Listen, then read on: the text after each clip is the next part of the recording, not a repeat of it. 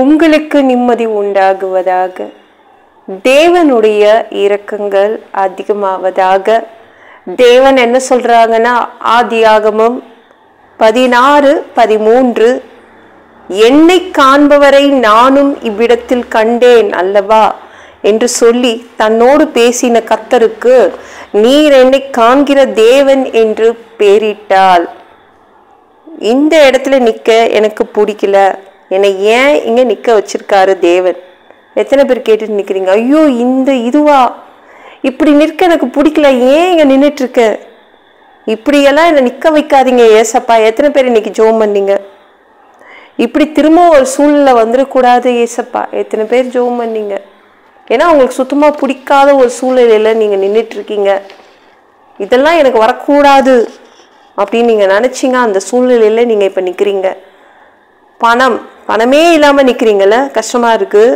ஹாஸ்பிட்டல்ல நிக்கிறீங்க, ஐயோ ஹாஸ்பிட்டலா, ஏன்னா அங்க வரவே கூடாது ஆண்டவர், ஐயோ இந்த மாதிரி இடத்துக்குலாம் நான் வரக்கூடாது. எத்தனை பேர் சொல்றீங்க? ஆண்டவர் பாக்குறாரு, உங்களுடைய சூழ்நிலைகளை பாக்குறாரு. ஏதோ ஒரு இக்கட்ல நிக்கிறீங்க, அது உங்களுக்கு சுத்தமா பிடிக்கல, அப்படிதானே? சுத்தமா உங்களுக்கு பிடிக்கல. பா ஏசப்பா அப்படின்னு கூப்பிட்டுட்டு இருக்கீங்க. என்ன பண்ண போறீங்க? நான் ரொம்ப நல்லவன்ப்பா, ஏன்பா இந்த இடத்துல நிக்க வச்சிருக்கீங்க? நான் ரொம்ப நல்லவன், ஏன் இது எனக்கு நடக்குது? எத்தனை பேர் கேக்குறீங்க? நீங்க பாக்குறீங்களா இப்போ ஒரு பிரச்சனைய, இப்போ ஒரு இக்கட்ல நிக்கிறீங்களா, அந்த பிரச்சனைய தேவனும் பார்த்துட்டு இருக்காரு. நீங்க எந்த கண்ணில் பாக்குறீங்களோ அவரும் அவருடைய கண்களால் பார்த்துட்டு தான் இருக்காரு உங்க பிரச்சனைய. சரிங்களா? அதனால கவலைப்படாதீங்க. இக்கட்டுல தேவன் உதவி செய்வார். அவரும் பார்த்துட்டு தான் இருக்காரு. அவர் பார்க்கறதுனால நீங்களும் பார்த்துட்டு தான் இருக்கீங்க உங்க பிரச்சனைய, அவரும் பார்த்துட்டு தான் இருக்காரு. அதனால நீங்க அந்த இக்கட்டான சூழ்நிலையிலிருந்து வெளியில வந்துடுவீங்க. சரிங்களா? ஆகார் என்பவள் தேவனுக்கே பேர் வச்சா, அவ குழந்தைக்கு பேர் வச்சாலோ இல்லையோ, ஆகார் என்ற ஒரு பெண் தேவனுக்கே பேர் வச்சா. இவர் என்னை காண்கின்ற தேவன், எப்பொழுதும் என்னை பார்த்துட்டே இருக்காரு. நிறைய பேர் சொல்லுவோம்ல, என்கிட்ட என் பொண்ணு வந்து சொன்னா, அம்மா பஸ்ல ஒருத்தங்க நான் ஏறினேன்னா அப்போல இருந்து என்னையே பார்த்துட்டு இருந்தாங்கம்மா, அவங்க வந்து என்னையே பார்த்துட்டு இருந்தாங்க. நம்ம யாராவது நம்மளே பார்த்துட்டு இருந்தா நம்ம போய் யோசிப்போல, ஏன் இவங்க நம்மளையே பார்த்துட்டு இருக்காங்க? தேவனும் அப்படிதாங்க, உங்களையே தான் பார்த்துட்டு இருப்பாரு. ஆகார் கண்டுபிடிச்சா, இவர் என்னையே பார்த்துட்டு இருக்காரு, நான் வந்து சாராளுடைய வேலைக்காரி தான், இவர் என்னையே பார்த்துட்டு இருக்காரு, என் பையனுக்கு கூட நான் பேர் வைக்கல, ஆனால் இந்த தேவனுக்கு நான் கண்டிப்பா பேர் வச்சுதான் ஆவேன்னு சொல்லிட்டு, நீர் என்னை காண்கின்ற தேவன் அப்படின்னு ஒரு பெரிய பேரா வச்சு விட்டா. எவ்வளவு நல்லவர் இல்ல தேவனு? பார்த்துக்கிட்டே இருப்பார், உங்களை பார்த்துக்கிட்டே இருப்பார்.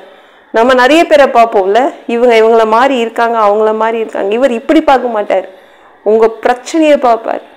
ஐயோ என் பிள்ளை எந்த இக்கட்டுல நிக்குது, எந்த இடத்துல எப்படி நின்றுட்டு இருக்குது அப்படின்னு அவர் உங்க பிரச்சனையை பார்ப்பார். இந்த ஆகார் பேர் வச்சாலங்க, ஆகார் எங்க நின்றுட்டு இருந்தா, வனாந்தரத்துல தண்ணியே கிடைக்காத ஒரு மோசமான இடத்துல அவ குழந்தையோட நின்னா. தேவன் உடனே தண்ணி கொடுத்தாரு. அந்த இக்கட்டுல இருந்து அவர் வந்து விடுதலை பண்ணி விட்டாரு. சரிங்களாங்க? நீங்க கவலைப்படாதீங்க, அவர் உங்களை பார்த்துட்டு தான் இருக்காரு. அதனால எல்லாமே உங்களுக்கு சரியாயிடும். சரிங்களா? தேவன் வந்து நீங்க பார்க்கிற அதே பிரச்சனைய அவரும் இணைந்து தான் பார்க்கிறாரு. அதனால கவலை கிடையாது. அந்த பிரச்சனைக்கு ஒரு முடிவு காலம் இருக்குது, முடிஞ்சிடும். அவர் பார்த்தாருன்னா அவ்வளவுதான். சரிங்களா? அவரு நம்மை காண்கின்ற தேவன். அவ்வளவுதான். இந்த வீடியோ பிடிச்சிருந்துச்சுன்னா மற்றவங்களுக்கு ஷேர் பண்ண மறக்காதீங்க. கர்த்தர் தாமே உங்களை ஆசீர்வதிப்பாராக. ஜெபம் பண்ணலாமா?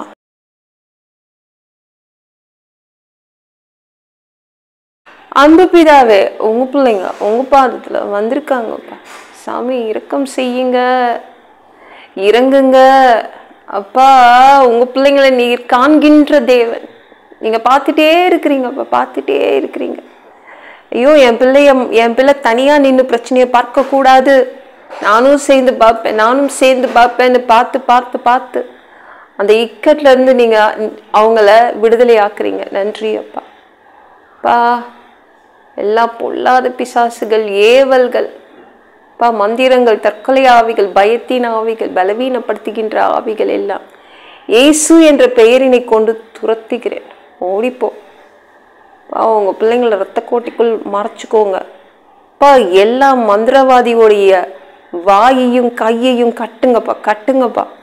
அக்கினி அனுப்புங்க. எந்த மந்திரவாதியும் இனிமே மந்திரம் செய்யக்கூடாதுப்பா. உங்க பிள்ளைங்களுக்கு எதிராக எந்த மந்திரமும் அது வாய்க்க கூடாதுப்பா.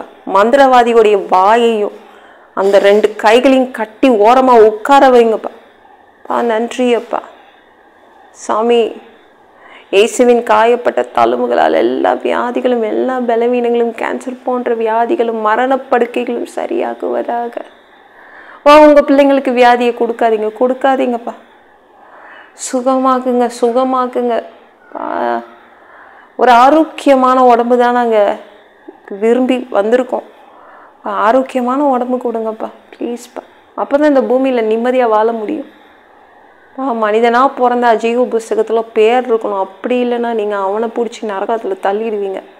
அந்த தீ எறிகிற நரகத்தில் எப்படி போய் வாழ்கிறதுப்பா? வேண்டாம்ப்பா, அங்கெல்லாம் அனுப்பாதீங்க. பரலோகத்துக்கு வர ஆசைப்படுறோம்ப்பா, அங்கே அனுப்புங்க. நல்லா அடித்து உதச்சி திருத்தி பரலோகத்துக்கே அனுப்பிடுங்கப்பா ப்ளீஸ்ப்பா. சாமி, கழுவப்படாத பாவங்கள் இருந்தால் உங்கள் திரு ரத்தத்தை கொண்டு நல்லா கழுவி எங்களை பரலோகத்துக்கே அனுப்பிடுங்கப்பா. எந்த ஒரு நொடி நீங்கள் வருவீங்கன்னு இயேசுவை வணங்கி வணங்கி காத்துட்ருக்கோம்ப்பா. சுத்தமாக வாழ்ந்து வாழ்ந்து காத்துட்ருக்கோம்.